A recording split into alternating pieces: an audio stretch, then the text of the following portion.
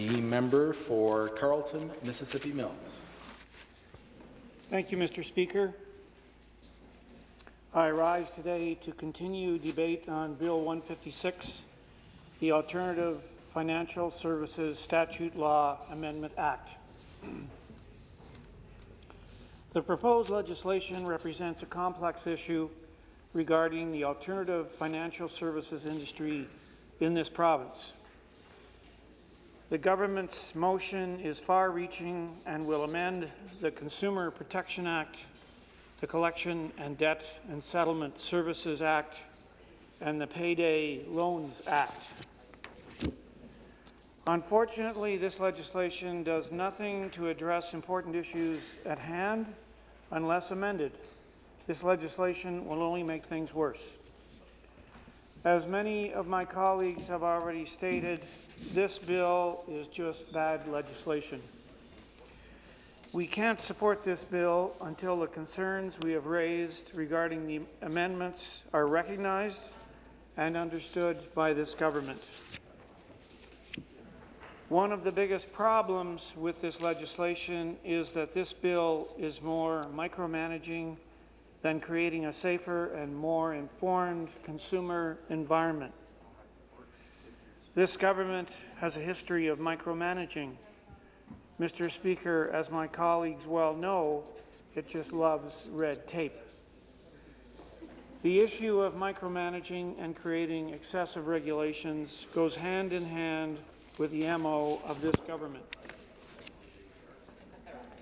In fact, their own special advisor, Ed Clark, was quoted in the Star as saying, Ontario has 380,000 regulatory requirements for businesses, almost double the number in some provinces.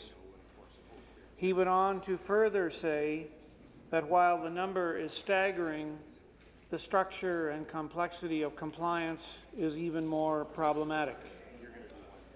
Mr. Speaker, this type of approach makes Ontario less competitive.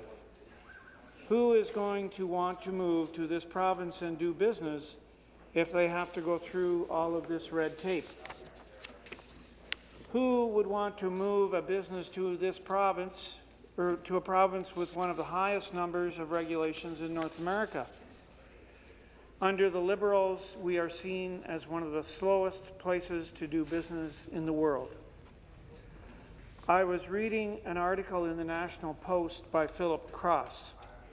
He talks about the micromanaging and red tape created by this government. He tells a story about Ontario's ladder law. This new law requires anyone working with a ladder in the Building and Trades Association to take an online government course at a cost of $29. Can you imagine you graduate from a trade school and the Liberals think you need to take a course on how to use a ladder? I'm sorry, Mr. Speaker, but any contractor who can't use a ladder probably shouldn't be in the trades business. Another example from a few years ago was the requirement to force all barbers to obtain an occupational license with a $140 fee attached. As Mr. Cross pointed out in the article, the market has always protected the consumer from barbers who either can't trim hair properly or lack a rapport with customers by quickly driving them out of business. Mr. Speaker, many of my colleagues have highlighted the need for financial literacy. In fact, the member from Leeds-Grenville expressed concern that money management should be part of the secondary school curriculum. The need for education starts with our youth. An article in Money Sense from November 2013 provided a shocking statistic that 39% of Ontario high school students feel ill-equipped when it comes to money management. Parents and teens want financial education in the classroom. According to a survey for the Investor Education Fund, 84% of Ontario parents and 70% of teens agree that students are not prepared to manage their money after high school.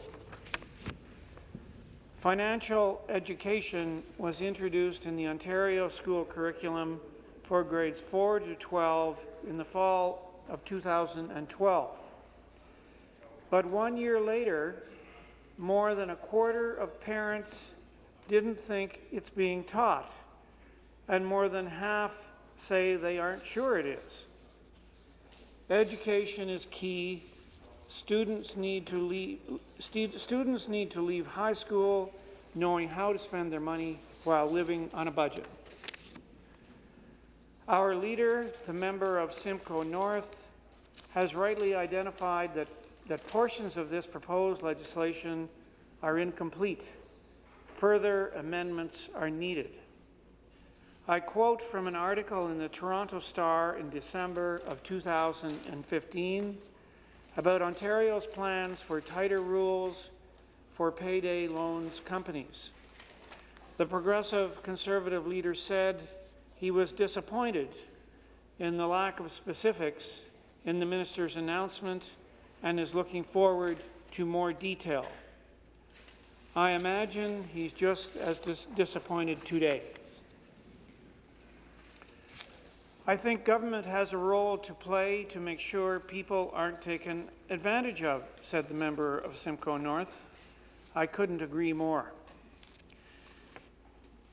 Since coming to power in 2003, this government has hit Ontario families with continual tax increases such as the health tax, eco-taxes, hidden hydro tax, electronics tax, tire tax, increased taxes on tobacco and wine, increased airline travel costs, increased fees on driver's license, health cards, hunting and fishing license, the Ontario Registered Pension Plan, and the Cap and Trade program, leading to increased costs on fuel of 4.3 cents per litre and the cost of natural gas by 3.3 cents per cubic metre. While at the same time, the government is eliminating tax credits for programs like the Tuition and Education Tax Credit, the Children's Activity Tax Credit, and the Healthy Homes Renovation Tax Credit in the 2016 budget. Delisting OHIP services for eye exams, chiropractic services, and physiotherapy. The list goes on with increases and mismanagement to include continuing to force Ontarians to pay for the ridiculous Drive Clean program e-test fee, a program which the Auditor General in 2012 said vehicle emissions have declined significantly since Drive Clean's inception in 1999, to the point that they are no longer among the major domestic contributors to smog in Ontario. This is in addition to the continued increases in hydro rates costs associated with their green energy policies. We have issues here concerning Bill 156, the Alternative Financial Services Statute Law Amendment Act. The government claims there would be increased protection for consumers in several ways. However, adding rules to keep people with money problems from accessing legal ways of obtaining emergency cash without providing them with a clear path to financial stability may well drive them to the illegal loan market. From reviewing the content of this bill, we call on the government to amend this legislation.